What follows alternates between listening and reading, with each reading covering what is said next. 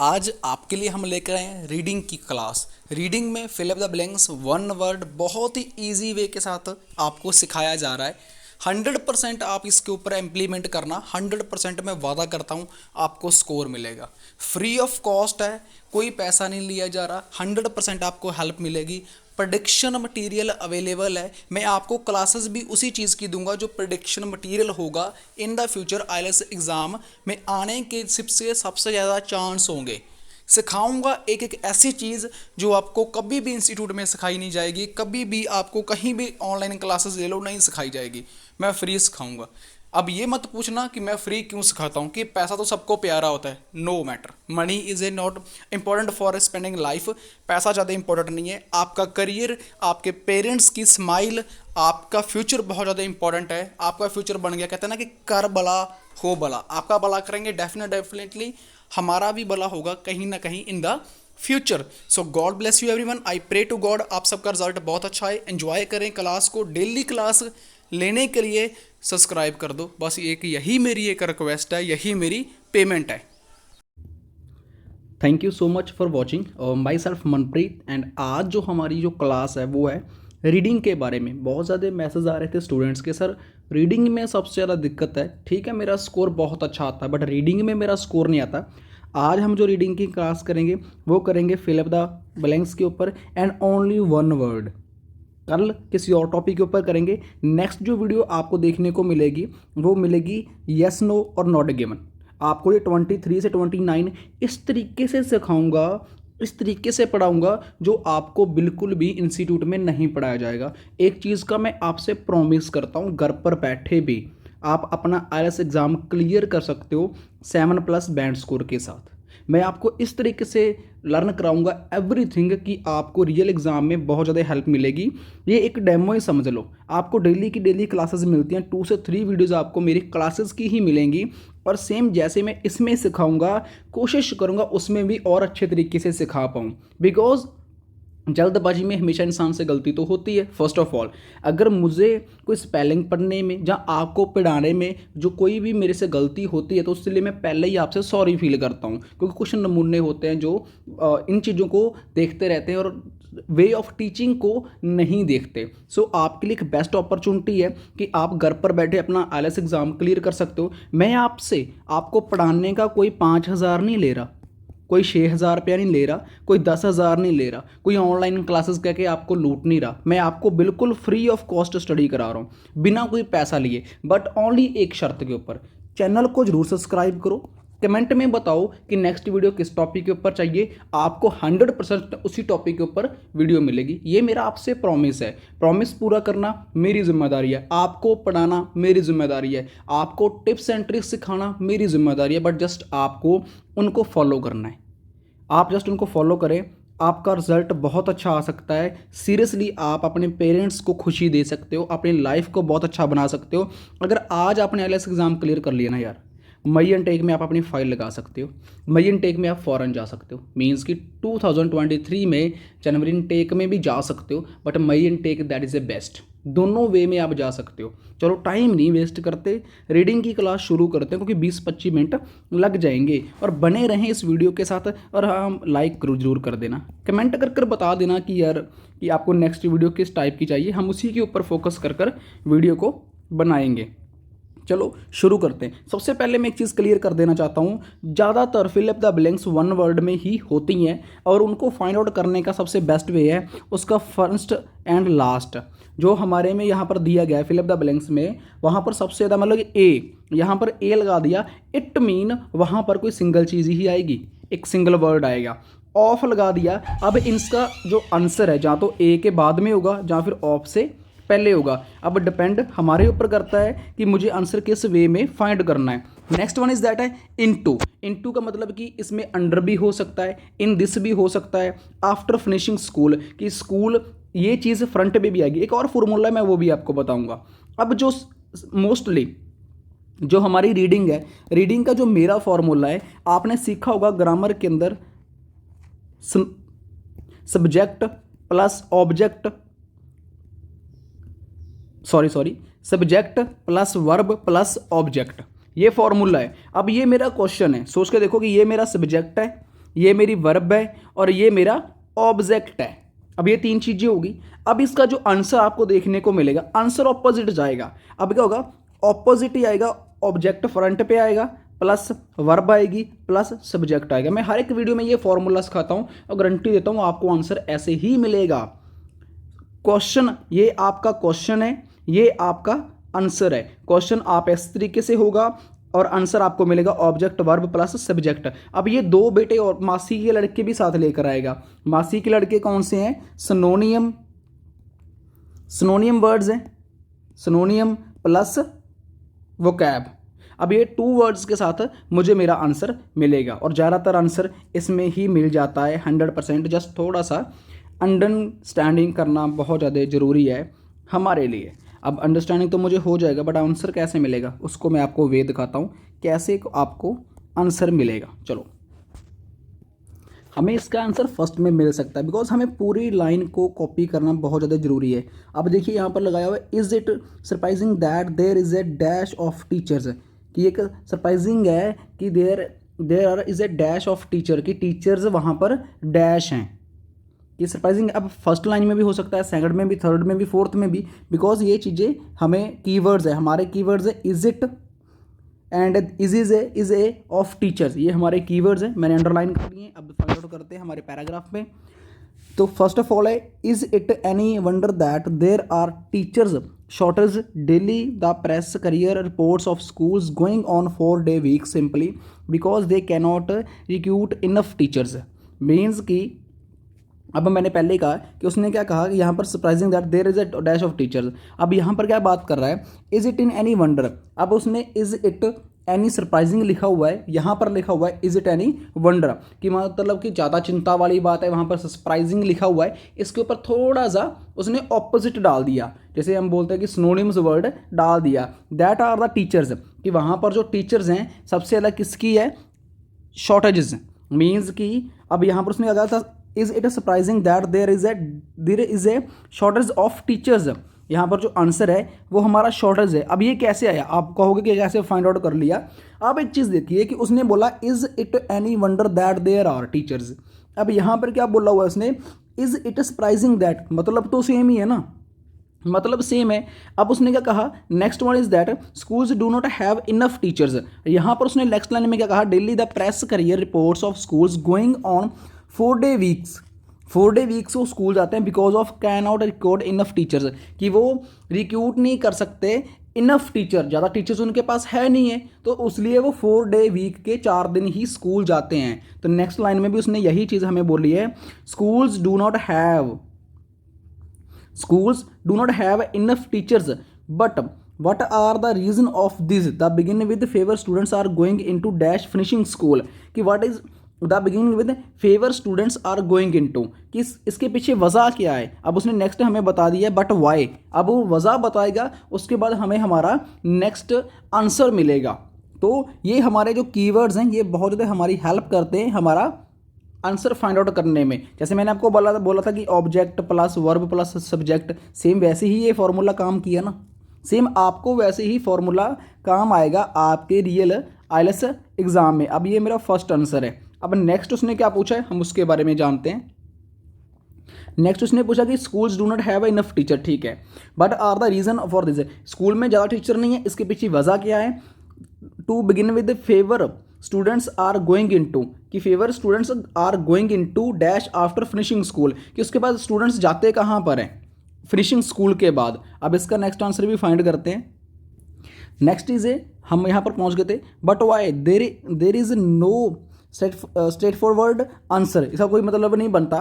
For a start उसने लिखा था टू बिगिन विद, यहाँ पर आप देख सकते हो उसने लिखा टू बिगिन विद, अब यहाँ पर लिखा है फॉर ए स्टार्ट, मीन्स शुरू से।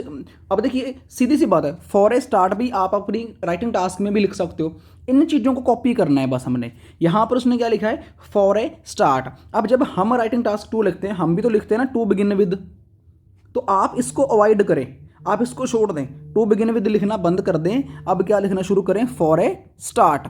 अब फॉर ए स्टार्ट उसने लिख दिया। अब हमारा क्वेश्चन का हमें जो है कीवर्ड हमारा हमें मिल चुका है। अब जो आंसर है इसका नेक्स्ट ही हमें देखने को मिलना चाहिए। Fewer students are going into dash after finishing school. याद रखें कि are going in to fewer students,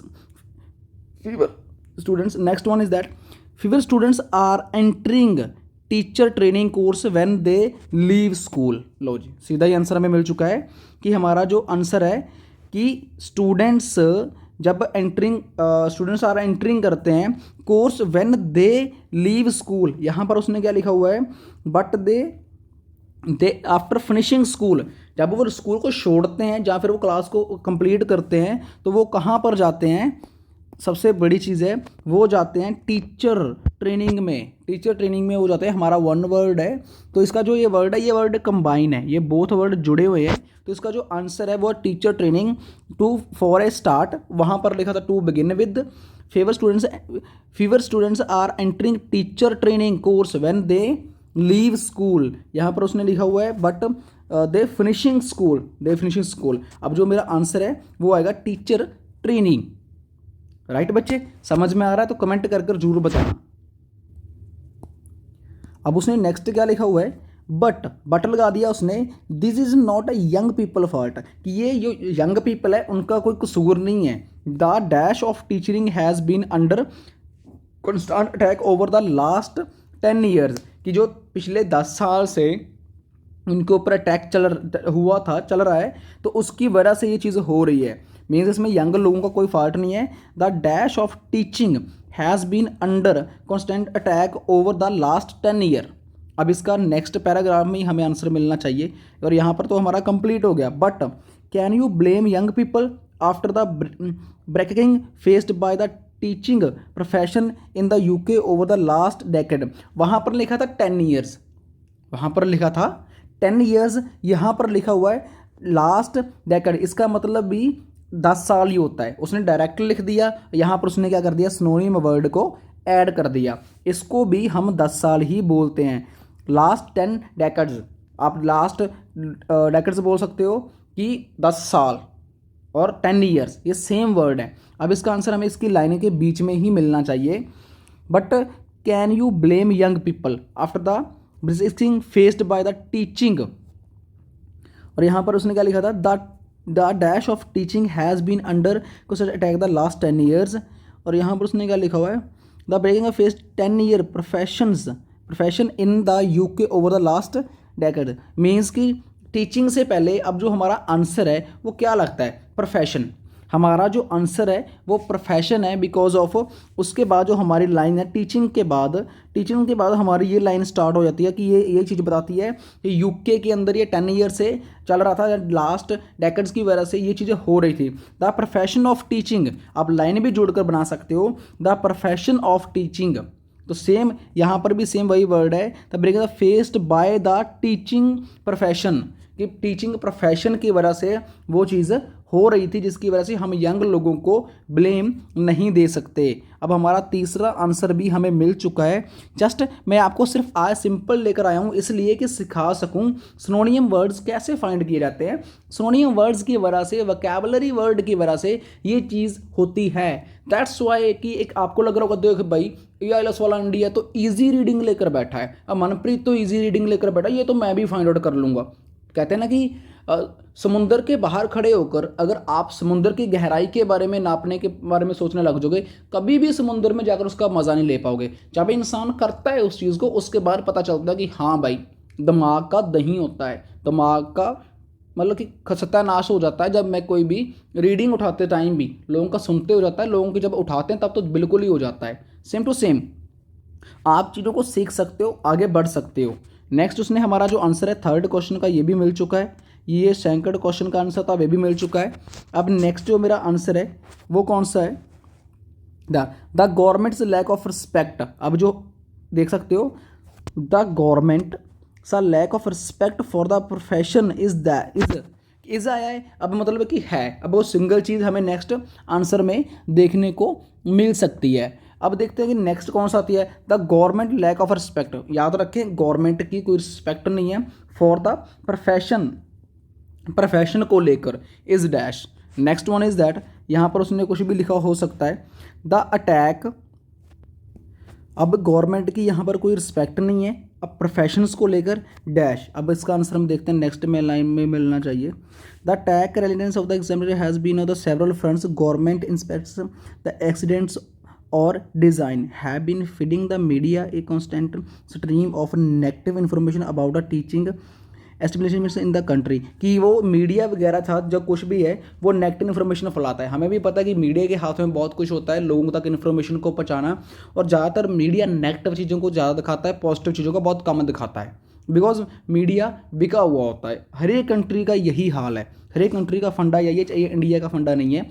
teachers also come in for a lot of flag for politicians, कि teachers also come in for a lot of flag for politicians के पास आते हैं। And the government wonders why they are problem in schools, and the government wonder, कि government चाहती है कि why they are problem in schools, की हर एक स्कूल के अंदर ये प्रॉब्लम क्यों है, किसकी वजह से ये चीज़ें हो रही हैं। अब next one is that paragraph, यहाँ पर कोई बात नहीं करेगी गवर्नमेंट रिस्पेक्ट को लेकर, गवर्नमेंट की प्रोफेशन को, गवर्नमेंट की जो लेक ऑफ रिस्पेक्ट है फॉर प्रोफेशन को लेकर, इसकी कोई बात नहीं करेगी इन 2 लाइन्स के अंदर।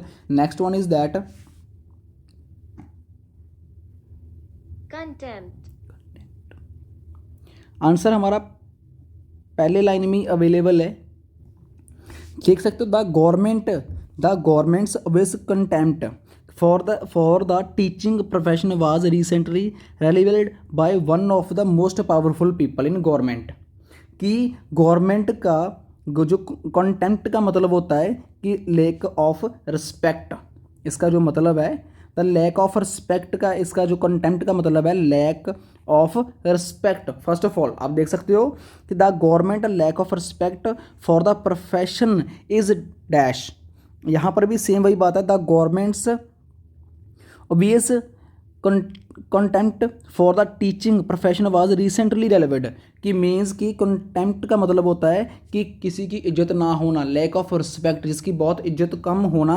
द गवर्नमेंट obvious, इसका जो क्वेश्चन का आंसर है the government obvious contempt for the teaching professional. आगे तो सेम वही लाइन आ गई ना, जैसे मैंने आपको बोला था कि ये हमारा सब्जेक्ट है, ये हमारी वर्ब है, ये हमारा ऑब्जेक्ट है। अब ऑब्जेक्ट फ्रंट पे चला जाएगा, वर्ब उसके बाद सब्जेक्ट, वर्ब आएगी, फिर सब्जेक्ट आएगा। सेम यही चीज़ जो ये चीज़ है हमारी टोटली, अब जो ये चीज़ हमारी टोटली है ये पीछे चली गई, मीन्स यहाँ पर भी देख सकते हो आप कि आगे चली गई, ऑब्जेक्ट हमारा फ्रंट पे आ गया। The government obvious contempt for a teaching professional, कि मीन्स कि उसकी कोई रिस्पेक्ट नहीं थी, कोई इज्जत नहीं थी टीचिंग प्रोफेशंस को लेकर। अब जो हमारा फोर्थ का आंसर है वो है ऑब्वियस, कि हमारा फोर्थ क्वेश्चन का जो हमें आंसर हमारा मिल चुका है। मैंने आपको सब्जेक्ट, वर्ब एंड ऑब्जेक्ट सिखाया है, उसी तरीके से आंसर मिल रहे हैं। आप भी अपनी स्क्रीन के ऊपर देख सकते हो, 100% आपको भी ऐसा ही देखने को मिलेगा।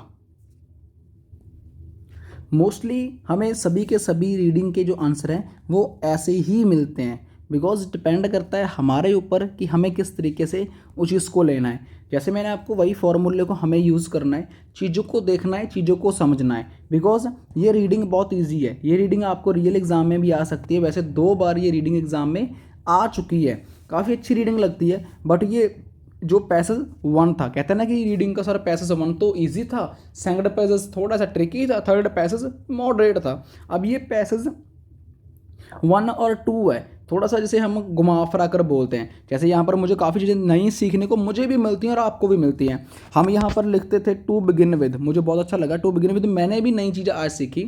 स्टार्ट विद यहाँ पर लिखा भी हुआ है, और जहाँ पर लिखा तो उसने फॉर ए स्टार्ट हम लिख सकते हैं राइटिंग टास्क 2 में, स्पीकिंग में बोल सकते हैं। यहाँ पर बोलते हैं after finishing the school, after leave the school भी लिख सकते हैं। फिनिशिंग करना, लीव करना एक ही बात है।